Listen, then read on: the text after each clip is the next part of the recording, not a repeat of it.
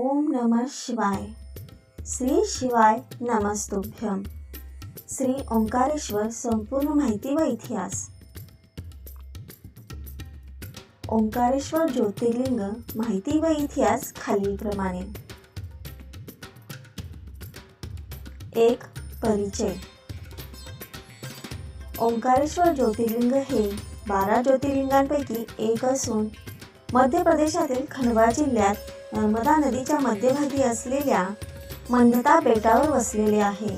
बेटाचा आकार ओम म्हणजे ओंकार या पवित्र चिन्हासारखा आहे, म्हणून याला ओंकारेश्वर असे नाव मिळाले. 2. स्थान. राज्य मध्य प्रदेश. जिल्हा खंडवा. नदी नर्मदा व कपिला या 2 नद्यांच्या संगमाजवळ.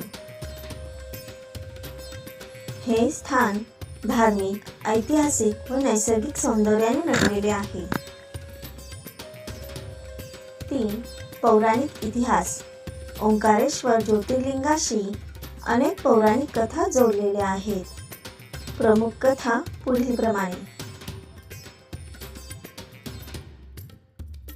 कथा 1. विंध्य पर्वताची तपश्चर्या.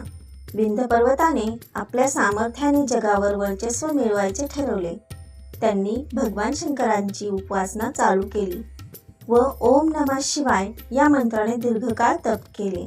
प्रसन्न होऊन भगवान शंकर प्रकट झाले व त्याला वरदान दिले.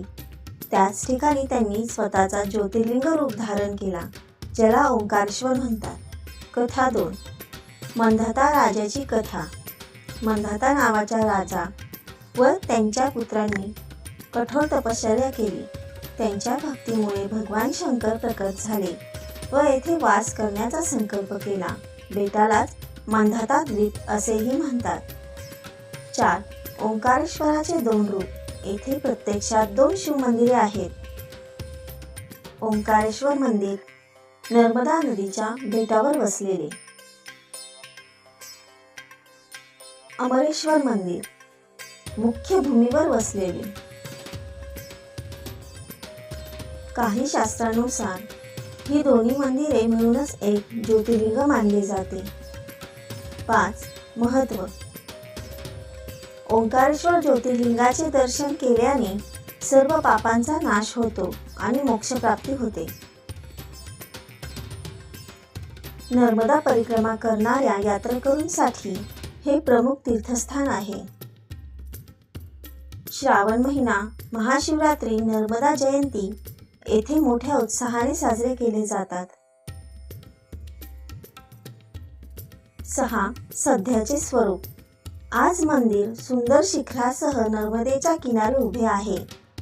नर्मदेचे स्वच्छ पाणी, घाट व ओम आकाराचे बेट हे पर्यटक आणि भक्तांना आकर्षित करते.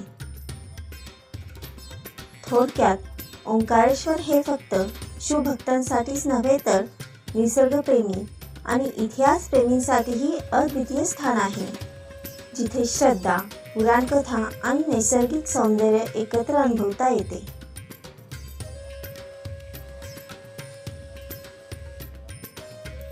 श्री शिवाय नमस्तुभ्यम.